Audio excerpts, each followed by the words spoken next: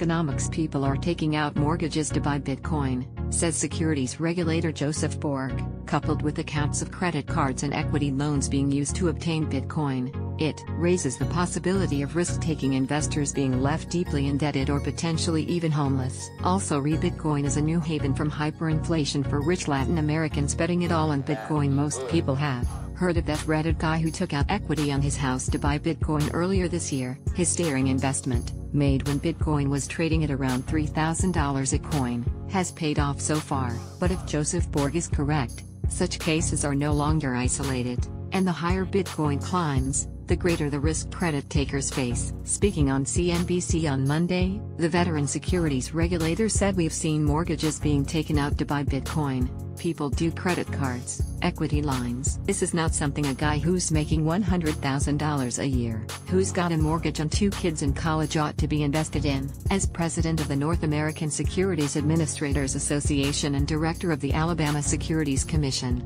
Borg has a wealth of experience to call upon. Even the most ardent of Bitcoin believers would concede that families probably shouldn't be betting everything they have on Bitcoin. Using cheap credit to buy expensive Bitcoin mortgages and equity aren't the only means by which people have been scrambling to free up funds for Bitcoin. Major sites such as Coinbase accept credit card payments. So long as Bitcoin keeps rising, buyers can pay off their monthly credit card debt with their profits. A major correction, however, would leave investors indebted and liable to defaulting on their loans. "You're on this mania curve. At some point in time there's got to be a leveling off," said Borg on CNBC's Power Lunch. Bitcoin has proven extremely resilient this year, shaking off negative news such as a Chinese cryptocurrency exchange crackdown without much fuss. It is not inconceivable, however, that a major global event, such as legislation emanating from the US or South Korea, could send the price of Bitcoin plummeting. Newcomers to Bitcoin have yet to experience a bear market. While Bitcoin's volatility is much gentler than it was in its earliest days, the cryptocurrency is still prone to swings,